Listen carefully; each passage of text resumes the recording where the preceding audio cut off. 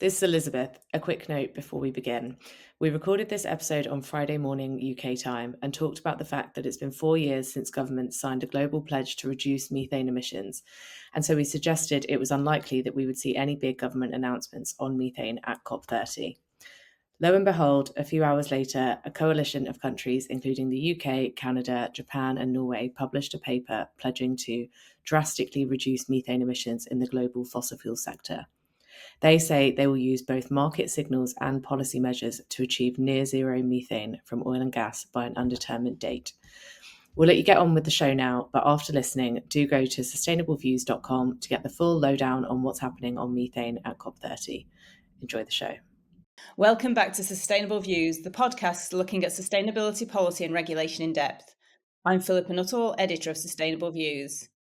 Today, I'm talking to acting deputy editor Elizabeth Meager and reporter Florence Jones about COP30, the upcoming climate summit that kicks off in Belém, Brazil on Monday. Hi, Lizzie. Hello. Hi, Flo. Hi. So unfortunately, we're recording this episode from our various offices in London and Brussels rather than Brazil. It was a bit outside our budget to fly off to Belém. But we are, however, keeping a close eye on what's happening over there. And as with every COP, there's going to be a lot going on, both in the main negotiations and in the various side events and discussions, which, as you all probably know, are taking place in different cities within Brazil. But I think it's probably fair to say that all this could be summed up with three big themes, which could potentially be summarised as forests, finance, and fossil fuels. So I think we'll try and orientate our debate around that today. And even though the main COP doesn't actually start until Monday, yesterday and today, so we're recording this on Friday, the 7th of November, we've had the Leaders COP, where leaders from around the world fly in to sort of kick off the event. And yesterday, Flo, there was a big announcement that everybody had been waiting for around forests. Can you tell us a bit about this and exactly what's been agreed? Yeah, absolutely. So, as you say, yesterday, President Lula of Brazil launched the Tropical Forest Forever facility, which is a financial mechanism which is being launched at COP30, although it's been talked about and kind of teased for a long time now. It's being thought by many as being kind of the flagship initiative from Brazil at COP30. They really want it to go well. It's kind of, they've been very public about it. It's a new finance mechanism, essentially, which is seeking to drive private finance specifically into the preservation of tropical forests. And the TFFF rests on the principle that it's currently more profitable for people living in tropical forest countries, particularly indigenous people and local communities, for them to deforest their lands, bring in agriculture, industry, resource extraction.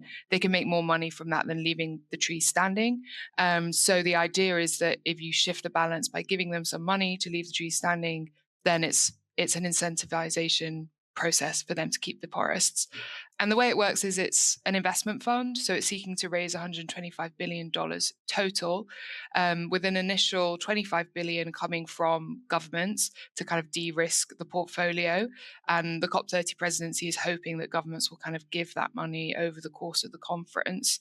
And it will perform similarly to any other investment fund. So private investors will get a 5.5% return on their investment over 20 years. It's not clear yet specifically what the fund will be invested into. They've said it will be a diverse portfolio geographically. There are hopes among many that it will be kind of a climate positive investment fund. And there are expected to be exclusions on things like fossil fuels and deforestation linked investments. And so private investors will get their return. And then on top of that, the idea is that there'll be a total return of around 7.7%, meaning that there's an additional around 2% that will be given back to these tropical forest countries in exchange for leaving the forests and keeping logging below 0.5%. So that's illegal logging. The funding will be delivered at a rate of around $4 per hectare, but that funding is kind of conditional on the performance of the fund as a whole to ensure that those tropical forest countries get their money, essentially. Yeah, so I mean, it all sounds quite positive, but we've obviously seen funds like this being set up in the past. We had the Loss and Damage Fund a couple of years ago for climate adaptation. And even in terms of adaptation finance, obviously, money is nowhere near where it should be. Financing for biodiversity has always remained very low. I mean, how are, perhaps just in a first instance, you mentioned governments are going to provide, is it 25 billion? How many governments have actually sort of stumped up any cash? And I think the UK, for example, has said it's not going to put any money into the fund, despite being quite one of the founders of it and one of the countries that has really pushed for it to be set up. Yeah, absolutely. I think it's fair to say that the fund is not kind of getting off to the start that Brazil maybe hoped. Brazil itself has said it will contribute $1 billion, which has been matched by Indonesia. And then there's some other countries that have said they'll contribute amounts. So Colombia is committed to $150 million, Norway $3 billion over a decade, and Portugal said it will contribute €1 million. The Netherlands has pledged $5 million for the specific World Bank Secretariat startup costs. So the fund will be hosted by the World Bank.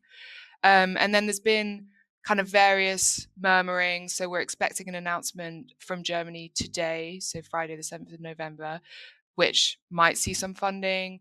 And there's also been, before COP, France, China, the UAE have kind of said that they'd be interested, but it's definitely a long way off from the 25 billion that Brazil's hoping for. And yes, as you mentioned, the UK has come out and said that they will not be contributing at all, which has been a cause of frustration, I think, for many. Interestingly, the TFFFF was actually nominated for as a finalist for the Earthshot Prize this year. So that's Prince William's kind of big high budget environmental prize. So it's a bit tricky that then the UK government has now said that they're not going to give any money to the fund. I imagine a little bit awkward. So yeah, it's been a little bit controversial. I think there's a chance that other countries will follow suit in terms of saying they're not going to contribute and they're going to focus on mobilizing private finance. I think more widely, it's a challenging COP for Brazil geopolitically. Lots of governments are feeling financially constrained, and I think that could be reflected in the success of the TFFF. Yeah, indeed. I It's a mean, as we mouthful. know, indeed, the UK is currently, trying to get ready for its upcoming budget, where Rachel Reeves is obviously struggling to balance the books. Mm. Emmanuel Macron in France is obviously in rather a tricky situation at the moment. So, as you say, not a great time to launch a fund, which perhaps to many might see as something which is not the biggest challenge that countries are facing at the moment, and obviously defence budgets, etc., are increasing. But what about private investors? I mean, have they shown any sort of signals that this is something that they would be interested in? And yeah, what do they how do they see it? Is it an exciting prospect? Yeah, so I've been catching up with some people in the finance sector since the fund was launched yesterday, and I think it's fair to say that there is kind of cautious optimism. Many are hopeful that this could be really promising. It feels new, it feels exciting. There is a little bit of concern. So I was speaking to ING. They're a bit worried that tying forest preservation to such like kind of a financial fund like this that's conditional, it could mean that nature protection is then dependent on the fluctuations of the financial market. So that's a little bit of a worry for some. There's also a bit of concern about how this will all be monitored. Brazil have said that they will kind of introduce things like satellite monitoring, but it's not yet clear what that's actually going to look like. So there's still a lot of questions around ensuring that this deforestation is not taking place, ensuring that it's kind of robust and works. But I'm sure those are all things that can be ironed out. But yeah, I would say that it's the reception has largely been positive. Also in the kind of NGO nonprofit world, they have welcomed the fund. There has been many, including I was speaking with Global Witness, a large nonprofit. They're saying that okay, this is great, but we need the regulation. And as we've seen, Europe, the UK, there's been so much stalling on deforestation regulations, and they are a little concerned that things like the TFFF could be a bit of a distraction, and countries think, well, we've paid into that, so now we don't need to worry about the regulation. But the Yeah, I mean, we've regulators, seen in the EU this week, at the end of the Environment Council this week, that Austria asked to go, to water down even further the EU deforestation regulation, and was supported by a number of countries, and they're asking for an extra year's delay after we've already had a delay for several years. So as you say, not easy to put these things into place. And the final question I wanted to ask you around this was also a lot of this preservation presumably will be done by indigenous peoples who live in the tropical forest. I mean, in the past, there's been a lot of discussion about the fact that money gets filtered through various, or it goes to local governments or even central governments, and never actually ends up with to the people who actually need to do the preservation. I think this time there is a mechanism whereby the money could go straight to the indigenous peoples. And do we have any sense as to kind of whether they're also happy with for the first time the idea that they might actually receive some money to do what they're supposed to be doing? I mean, research often suggests that areas can be better managed if indigenous people are involved or in charge of the process. yeah, it's a really important issue to raise. And as you say, it's been very controversial in the past, and many indigenous people have not received the funding that they've been promised. So Brazil have said to try and um, cope with that. They've said that 20% of the funding from the TFFF, so the amount of money that's being distributed to tropical forest countries, will go specifically to indigenous people. As you allude to, it's not yet clear how that will work in practice and where that kind of transfer of money will take place. I think, as you say, the reaction from indigenous groups has been positive. I think they're happy to get like a recognition. Like, it's very clear in the establishment of the TFFF that there is a section of funding for indigenous people, but they have been burned in the past. I think there's a bit of a worry that this could similarly end up in a situation where the money's kind of funneled off somewhere and people on the ground don't ever see it. I think it's all kind of being hashed out over the course of COP, and I'm sure that many indigenous groups that are there are kind of hoping for some more clarity around how it will work. Great, Flo. Thanks. Well, good to start with some live news. But Lizzie, it's not all about forests, even though, this is a big part of COP this year. I mean, there's obviously the issue of fossil fuels still being burnt, and increasing numbers of fossil fuels being used, even if we're bringing more renewables online. I wanted to ask you in particular about methane. I mean, a couple of COPs back, we saw real momentum, which was led by the EU and the US, to get countries to reduce emissions from methane, which, as I'm sure listeners of the podcast know, is a very potent greenhouse gas emission, but also quite short-lived. So it can be quite easier to reduce emissions from methane and to get them out of the atmosphere quicker than it would be with carbon dioxide. But obviously, at this COP, the US is going to be largely absent. And at the same time, the Trump administration has made it very clear since they've been in power that they're not happy with efforts in the EU, for example, under the EU methane regulation, to try and reduce methane emissions from the oil and gas sector. So do we expect to see any new momentum here, or is this just going to be a COP where it's sort of going to be trying to hold the line a bit more around issues like methane? Yes. So obviously there has been a huge amount of lobbying against the EU methane regulation. I would think that the hope is just to kind of hold it steady. In terms of whether there's a big announcement, I think it's difficult to call at the moment. I wouldn't expect. I mean, the global methane pledge was, I believe, 5 years ago. That was COP26. So I'm sure that there will be kind of check-ins on that. 4 years ago, I think. Was it 2021?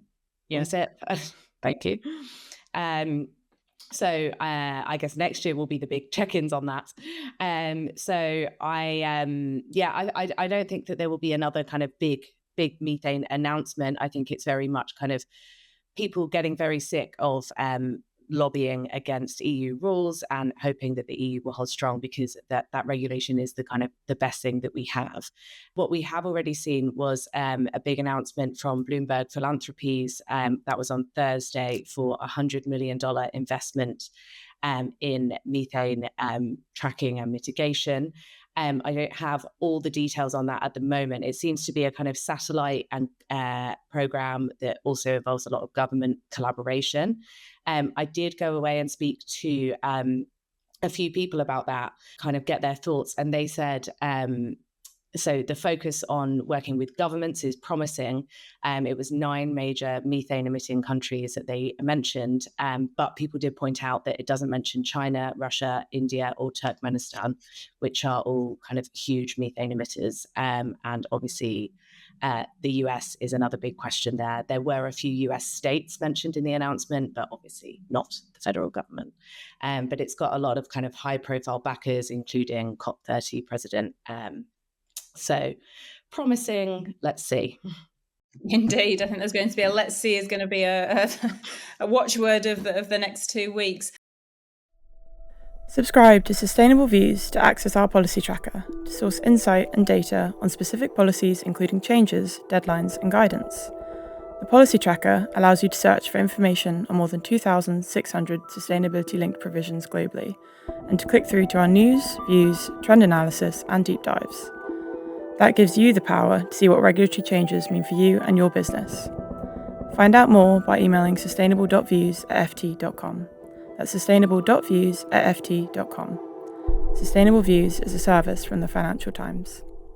I wanted to ask you more widely as well about the US. I was reading yesterday that David King, the former UK climate advisor to the government, UK government, said in an interview that he would prefer that the US wasn't a COP at all, because he sort of feared that, they're going to the US advisors could be going around sort of encouraging people not to take any action on climate, in line with the Trump administration's kind of climate denying stance. Have you been hearing any kind of echoes as to how people want the US to be there? Do they want a certain presence? Do they not want them to be there? Do they have the similar fears? Yeah, what have you been hearing with the people you speak to? Yeah, so I have been asking a lot of people about this. So I met Lord Adair Turner from the UK this week, and he was talking about, what's been quite surprising to him about the Trump administration so far is obviously they were going to deregulate on US climate, but he's been really struck by the kind of intense meddling in not just in international agreements, but also in other countries, obviously heavy lobbying in the EU. And he was of the thought that, if they were so confident in their belief that you don't need climate regulation, then why don't they go it alone and they'll have the competitive advantage? He said, maybe they don't fully believe their own argument. So the latest that I've heard about the US, obviously the federal government will not be kind of sending anyone in an official capacity. There were quite a lot of Congress members that were planning on going anyway, and there was a kind of big nonprofit network that was funding that travel. It turns out that during a government shutdown, members of Congress cannot accept any funding of that kind. So as far as I've heard, all of that travel has been cancelled. I've heard that particularly some Democrats, might be kind of looking to pay for it out of their own kind of office financing, but they might need to be in Washington to deal with the ongoing shutdown, which is now the longest in US history. So I think, we'll definitely see some kind of Democrat states. Gavin Newsom of California has already said he will be there, but definitely not a kind of big presence, which maybe is a good thing. Indeed, it'll be interesting to see what happens. And I know that you interviewed a Republican recently about climate, and we're going to be running that interview in the next week or so. And it's just very striking. You mentioned COP26 in Glasgow, when there was this big Republican presence there of Republicans in favour of climate action, very much market-based climate action, but they were very present on the ground, very willing and open and wanting to speak. And the change in the last 4 years is quite incredible. So look forward to reading that interview when we publish it. So Flo, there's a lot happening. I think forests has been one of the main sort of targets of COP under Lula. He really wanted this to be a COP where climate and nature very much came together. I think in addition to the fund that you mentioned, excuse me, there are a few other announcements we're awaiting on forests. Could you perhaps give us a bit of a flavour of what else you're looking out for over the next 2 weeks? Yeah, absolutely. So yes, the TFFF is definitely the most kind of high profile fund for forests, but there has been kind of 6 different suggestions made by the COP presidency to close what they're calling the forest finance gap, to ensure that forests are looked after. And those include a variety of suggestions. So there's jurisdictional REDD+ credits, which are different from carbon than typical kind of carbon crediting. REDD+ credits, which in the past have had a lot of controversy. Jurisdictional credits are paid like to the entire jurisdiction, and they're a public So by policy jurisdiction, mechanism. you mean it can be sort of either a country level or a state level or a Yes, regional? Yeah. exactly. And it's less focused on like the specific project and more across the region. Um, there's still various discussions going on around the extent to which they'll be used, whether they're too similar to REDD+, whether they're but there'll be discussions of that at COP30. There is hope as well to get the financial sector and big industry and big businesses to kind of pay for things within their own supply chain, managing risk, investing and disclosing. As always, there'll be lots of discussion about that. Still unclear precisely what that will look like and what that will mean for companies. And then there was some hope around kind of just pure public finance for forests. As I mentioned, that's probably unlikely at this COP.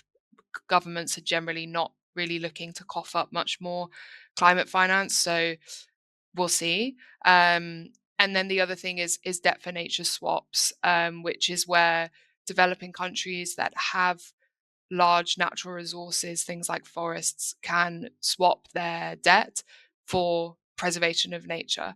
And that's something that has been discussed at many COPs and will likely be discussed at COP30 as well. Yeah, again, another very controversial idea that not everybody agrees with, but Yeah. let's see what happens, and we'll plenty to look out for. And so we'll look forward to your reporting on that over in the next couple of weeks. And Lizzie, what are you looking out for at COP? Is there anything in terms of either the fossil fuels or the kind of the finance sector that you're keeping an eye on?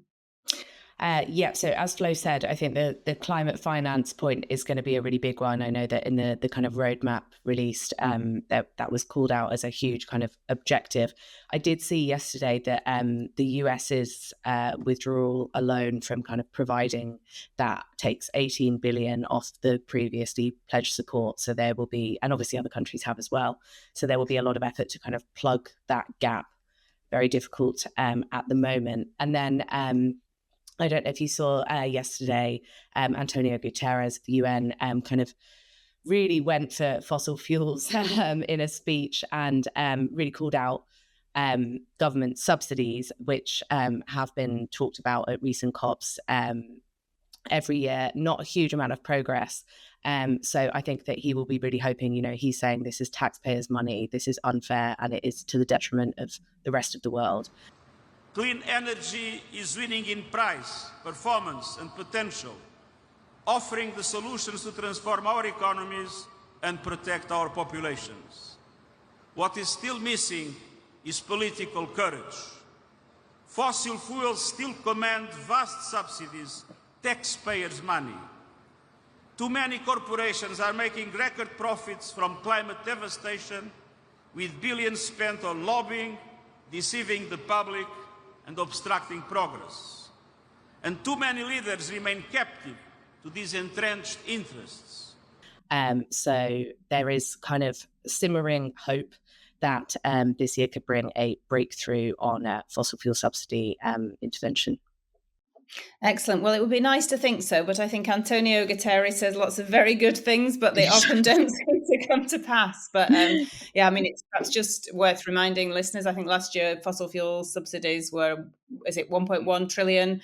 And I think it goes up to like 7 trillion if you include all the indirect costs in terms of air pollution, extreme weather events, etc. So it's vast amounts of money. And I think this week We Mean Business the Business Alliance put out a paper showing as well that a lot of this money actually isn't spent on the poorest people in society. A lot of it actually goes to those that consume most, and therefore that tends to be people who are richer. So yeah, if we do phase out fossil fuel subsidies, then those social safety nets need to be in place. But yeah, it seems it would be time, after discussing this for about the past 20 years, it feels, to actually do something about it. But let's see what happens. I mean, I think the opening words of Lula at COP, at the Leaders Summit yesterday, were quite strong on fossil fuels as well. So there does seem to be a bit of renewed momentum around that.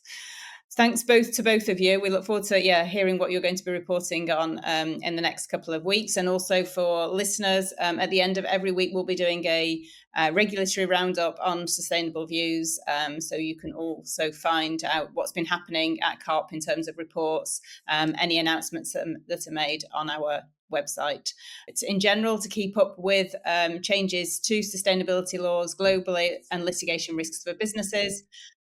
Be sure to sign up for a free trial of Sustainable Views and our daily newsletter at sustainableviews.com. And as I've just said, we'll also be bringing you the latest news from COP over the next couple of weeks. Thanks to both of you. Interesting as usual. And we will be back with another episode later this month.